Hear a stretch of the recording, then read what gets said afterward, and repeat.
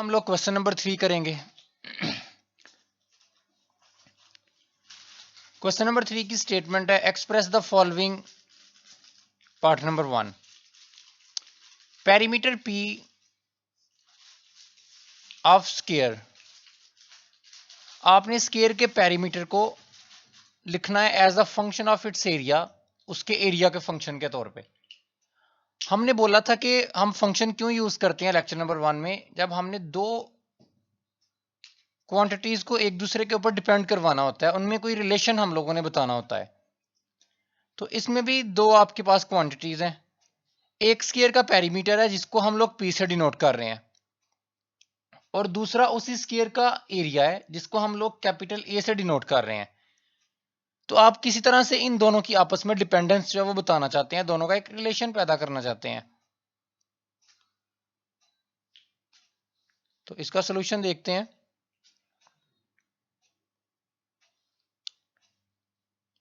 हम लेट करते हैं, let x is side of square.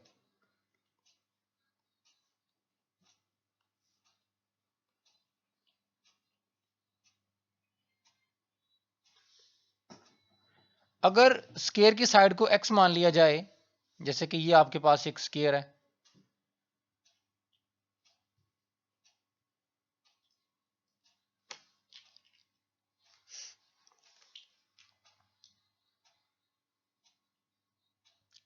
अगर इसकी साइड को x मान लिया जाए तो ये चारों साइड्स इसकी डेफिनेटली फिर x, स्केयर की सारी साइड सेम होती हैं। देन पेरीमीटर, तो फिर पेरीमीटर हमें पता है क्या, किस तरह से निकालते हैं, इसका हमें फार्मूला पता होना चाहिए। पेरीमीटर का उसने बोला है कि हम लोग p से डिनोट कर रहे हैं, उसने खुद ही कह दिया है। तो then perimeter p is perimeter क्या आएगा, चारों साइड्स को प्लस करते हैं, x, ये वाली साइड भी x, ये वाली भी x और ये वाली भी x। तो पेरीमीटर आ जाएगा x plus x plus x plus x।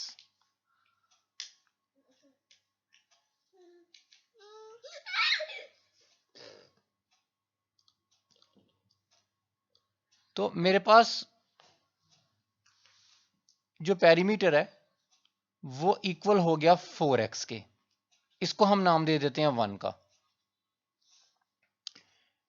इसी तरह से एरिया जो है वो किसके इक्वल आएगा, एरिया ए इज, एरिया हम लोग कहते हैं एरिया इक्वल होता है, इसको लेंथ को हाइट से मल्टीप्लाई करते हैं, x क्रॉस x। साइड हमने x जो है वो लेट की है, सो एरिया इक्वल आ गया x स्क्वायर के।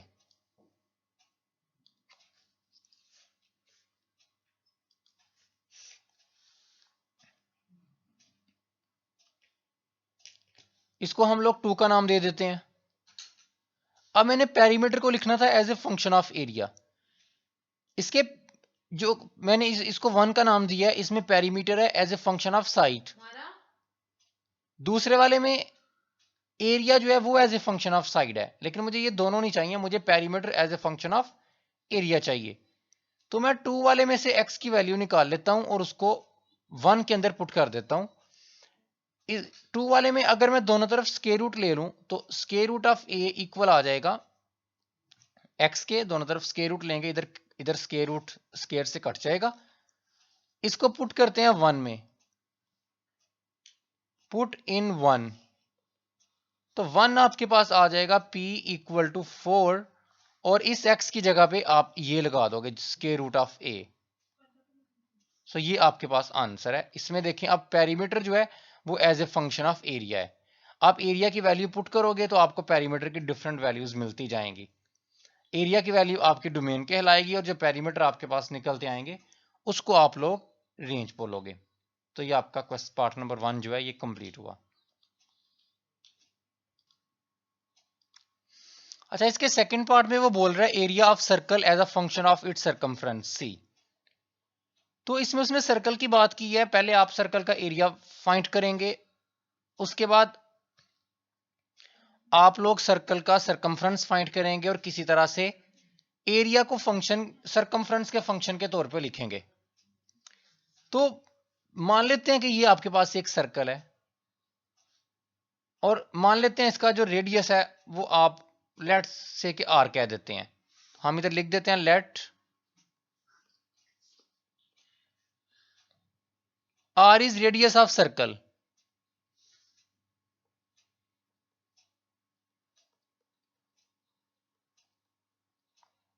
देन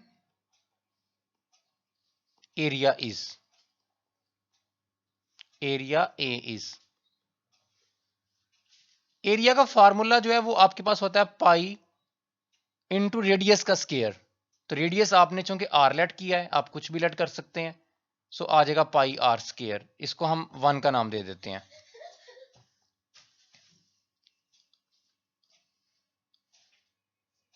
उसके बाद आपके पास जो सरकमफ्रेंस है, सरकमफ्रेंस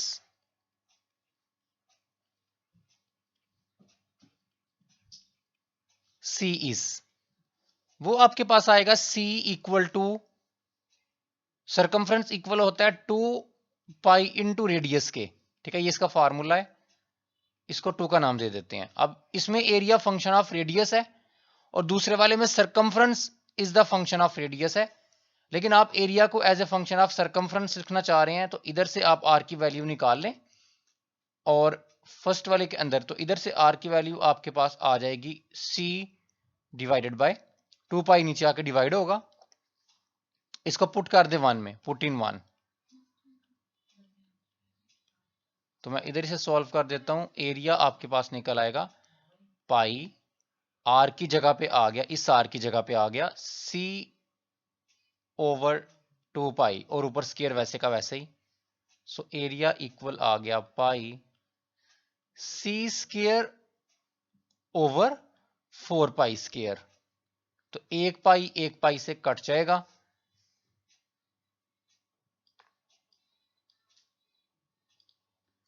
तो एरिया आपके पास इक्वल आ जाएगा सी स्केयर ओवर 4 और 1 पाई बच जाएगा। ये आपके पास आंसर है। इसमें देखें एरिया जो है ये as a function of circumference आ रहा है।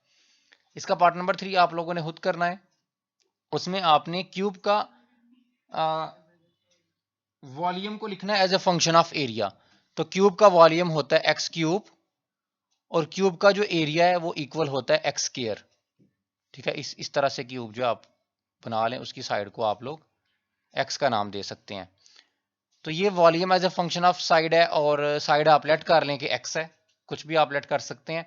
तो volume as a function of side, area as a function of side. तो इसमें से आप एक्स की वैल्यू निकाल के इसमें पुट कर दें तो volume as a function of area आपके पास निकल आएगा। सो क्वेश्चन नंबर 3 जो है इसके तीनों पार्ट्स आपके पास जो है ये कंप्लीट हो जाएंगे। उसके बाद हम लोग क्वेश्चन नंबर 4 को डिस्कस करते हैं इसी लेक्चर में। अच्छा, क्वेश्चन नंबर 4 को मैंने भी इसमें से स्किप किया है, उसको हम इसके बाद वाले लेक्चर में देखेंगे। और इसके बाद वाला जो लेक्चर है वो पूरा हम डोमेन और रेंज के ऊपर ही रखेंगे। डोमेन और रेंज एक इंपॉर्टेंट कंसेप्ट है लेकिन उसमें से बहुत ज्यादा क्वेश्चन नहीं आता, तो इसमें अगर हम उसे मिक्स करते तो ये लेक्चर भी लंबा हो जाना था और आपको प्रॉपर समझ भी नहीं थी आनी। तो क्वेश्चन नंबर 5 को हम लोग पहले देखते हैं। आपको एक फंक्शन दिया गया है f of x equal to x cube minus a x square plus b x plus 1। कहता है अगर इसमें x की जगह पे 2 पुट किया जाए तो 2 असाइन होता है -3 पे और -1 जो है वो असाइन होता है 0 पे। यानी कि 2 पुट करने से जो आंसर है वो -3 आता है। जो आप नंबर 2 पुट करते हैं इसको डोमेन कहते हैं और जो आंसर 2 पुट करने से इक्वल आता है -3 के, तो -3 को हम लोग रेंज कहते हैं। ये x की वैल्यू है, ये y की वैल्यू है। -1 आपकी डोमेन है और 0 आपकी रेंज है। हम इसमें 2 पुट करके देखते हैं इस फंक्शन के अंदर कि 2 पुट करने से ये फंक्शन कैसा बनता है। f इंटू 2 इक्वल टू, तो x की जगह पर 2 का क्यूब आपके पास आ जाएगा 8 माइनस 2 का स्क्वायर x की जगह पे 2 रखेंगे, 2 का स्क्वायर 4 तो बन जाएगा 4a प्लस x की जगह पे 2 लिखेंगे तो ये बन जाएगा 2b प्लस 1, वैसे का वैसे ही। तो लेकिन उसने बोला है कि f ऑफ 2 किसके इक्वल है, -3 के इक्वल है, ये उसने खुद बोला हुआ है क्वेश्चन के अंदर। तो इस f ऑफ 2 की जगह पे हम लोग लिख देंगे -3 इक्वल टू 8 प्लस 1, ये बन जाएगा 9, 9 माइनस 4a प्लस 2b। ये 9 इधर प्लस है, इस तरफ इक्वल के लाएंगे तो माइनस हो जाएगा। So -12 equal to -4a plus 2b। इसको हम नाम दे देते हैं 1 का।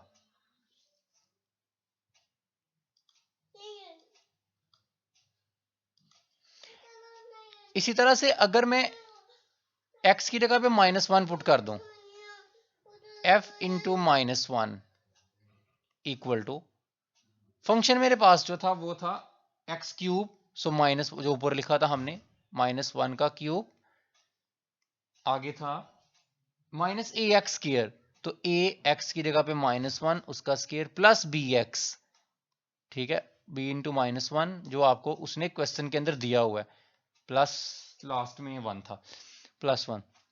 लेकिन देखें उसने बोला f ऑफ -1 का आंसर क्या आता है 0, तो f ऑफ -1 की जगह पे मैं लिख सकता हूं 0 इक्वल टू, ये वैसे ही -1 का क्यूब -1 आएगा, ऑड पावर है तो -7 रहता है, -1 का स्क्वायर, चूंकि 2 इवन पावर है इसलिए माइनस रिमूव हो, माइनस खत्म हो जाएगा, माइनस माइनस प्लस हो जाता है, तो ये आ जाएगा -a, ये वाला -7 वैसे ही रहेगा, माइनस प्लस -b प्लस 1, तो ये वाला 1 इस 1 से cancel, so 0 equal to -a -b।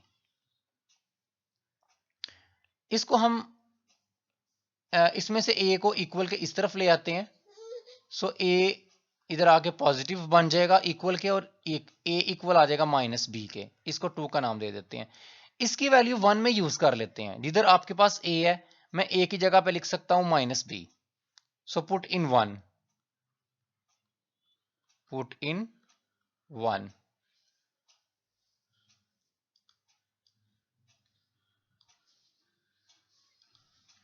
One आपके पास बन जाएगी -12, ठीक है, ये 1 है आपके पास, ये वाली -12 इक्वल टू -4, a की जगह पे हम लोग यूज करेंगे -b plus 2b, -12 equal to minus minus plus 4b और प्लस 2b, तो ये टोटल बन जाएगा 6b, 6 इधर मल्टीप्लाई है, इधर आके डिवाइड होगा, तो आपके पास b की वैल्यू निकल आएगी -12/6, 6 1 6 6 2 12, सो b की वैल्यू आ गई -2, तो ये मेरे पास b का आंसर आ गया। b आपने फाइंड करना था, ये b की वैल्यू इधर अगर हम 2 में -2 रख दें तो माइनस इंटू -2, तो a की वैल्यू मेरे पास क्या आ जाएगी +2, तो इसको हम अगले स्टेप में लिखते हैं, ठीक है, 1 में रखेंगे तो मेरे पास a इक्वल आ जाएगा माइनस, और b की जगह पे रख देंगे जो उसकी वैल्यू निकाली है -2, सो a इक्वल आ गया -+2 के, सो मेरे पास सोल्यूशन सेट बन गया 2, -2, ये आंसर है मेरे पास, सो क्वेश्चन मेरे पास कंप्लीट हो गया। तो इसके बाद क्वेश्चन नंबर 6 को हम लोग देखते हैं इसी लेक्चर में, उसके बाद हम इस लेक्चर को जो है बाकी अगले लेक्चर में देख। अच्छा, इस लेक्चर में हम क्वेश्चन नंबर 6 को करते हैं, वो कह रहा है stone falls from a height of 60 metre on the ground. एक पत्थर को हम लोग फेंकते हैं 60 मीटर की हाइट से, और x सेकंड्स के बाद उसकी हाइट मुझे गिवन है, यानी कि इसमें हाइट जो है वो as a function of seconds मुझे दी गई है, x जो है इधर उसने सेकंड्स के तौर पे लिया है, यानी कि टाइम के तौर पे जो कि सेकंड्स में है। हमने फाइंड करना है what is the height after 1 second, 1 second के बाद कहता है हाइट क्या होगी, तो मैं सिंपल x जो सेकंड्स में है मैं x की जगह पे 1 पुट कर दूंगा, तो मेरे पास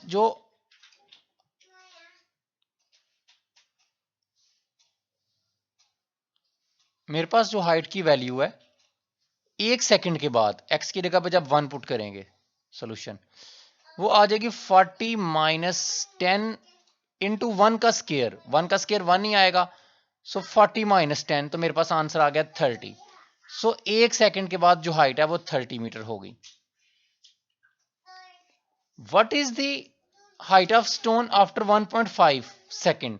तो मैं x की जगह पे 1.5 एक दफा पुट करूंगा। आप कैलकुलेटर से 1.5 का स्केयर उसको 10 से मल्टीप्लाई कर लें, 40 में से वो आंसर माइनस कर दें, तो इस पे भी आंसर निकल आएगा। और एक दफा आपने x की जगह पे 1.7 भी पुट करना है। तो ये तीनों बिल्कुल सेम पार्ट है। अच्छा, इसका पार्ट नंबर 2 भी है एक। सेकेंड पार्ट में वो पूछ रहा है when stone strike the ground. जो आपका स्टोन है, ये आपकी फॉर एग्जांपल ग्राउंड है, कहता है स्टोन को जब आपने ऊपर से फेंका तो वो कहता है जमीन को हिट कब करेगा, जमीन के साथ कब टकराएगा। अब देखिए जमीन के साथ वो तभी टकराएगा तो उसकी हाइट क्या हो जाएगी, बिल्कुल जीरो बन जाएगी। तो जमीन से टकराएगा व्हेन, वो पूछ रहा है व्हेन, कब टकराएगा जमीन से। तो हम कहते हैं जमीन से टकराएगा, हाइट जीरो हो जाएगी। और व्हेन का मतलब है आप लोगों ने एक्स की वैल्यू को फाइंड करना है, टाइम आप लोगों ने निकालना है। तो हम ऐसा ही करते हैं, हाइट को जीरो करते हैं। हाइट को जैसे जीरो करेंगे तो जमीन से टकराने वाला केस जो है वो आ जाएगा, और हम लोग जो है वैल्यू निकाल लेते हैं टाइम की। तो मुझे उसने दिया हुआ है h of x equal to 40 minus 10x square. तो हाइट को जीरो कर दिया, 40 माइनस 10x स्क्वायर, ये 10x स्क्वायर इधर नेगेटिव है, इधर आके पॉजिटिव बन जाएगा। 10x स्क्वायर इक्वल टू 40, और 10 इधर मल्टीप्लाई है, इसके नीचे आकर डिवाइड होगा। So x square equal to 40 by 10, 0 0 से cancel, x square equal to 4। दोनों तरफ आप लोग स्क्वायर रूट ले लें तो x की वैल्यू आपके पास 4 का स्क्वायर रूट आ जाएगा प्लस माइनस 2। टाइम नेगेटिव नहीं हो सकता, सो मैं सिर्फ x को 2 लूंगा। सो 2 सेकंड्स के बाद जो स्टोन है वो जमीन से टकरा जाएगा। अब वैसे भी अगर देखें तो हमने देखा 1 सेकंड के बाद, 1 सेकंड में स्टोन जो है उसका डिस्टेंस निकल रहा है 30 मीटर, और टोटल उसने क्वेश्चन के अंदर बोला है 60 मीटर की आपने हाइट से उसको फेंका है। तो 1 सेकंड में 30 और अगले सेकंड दूसरे में फिर 30, 30 प्लस 30 60, और वो आके जमीन से टकरा गया। सो इसलिए मेरे पास आंसर वैसे भी 2 ही आना था। हम इस पे थोड़ा ऑब्जर्व करके भी बता सकते थे, लेकिन आप इसको प्रॉपर इसी वे में करें। ठीक है, तो इस लेक्चर में हम लोगों ने क्वेश्चन नंबर 6 तक हम लोगों ने एक्सरसाइज 1.1 को कर लिया है। क्वेश्चन नंबर 7 से हम इसे अगले लेक्चर में शुरू नहीं करेंगे। अगले लेक्चर में सिर्फ हम डोमेन और रेंज को देखेंगे, और डोमेन और रेंज को देखने के बाद जो कि क्वेश्चन नंबर 3 था, हम फिर उसके बाद वाले लेक्चर में क्वेश्चन नंबर 7 से शुरू करेंगे। तब तक के लिए अल्लाह हाफिज।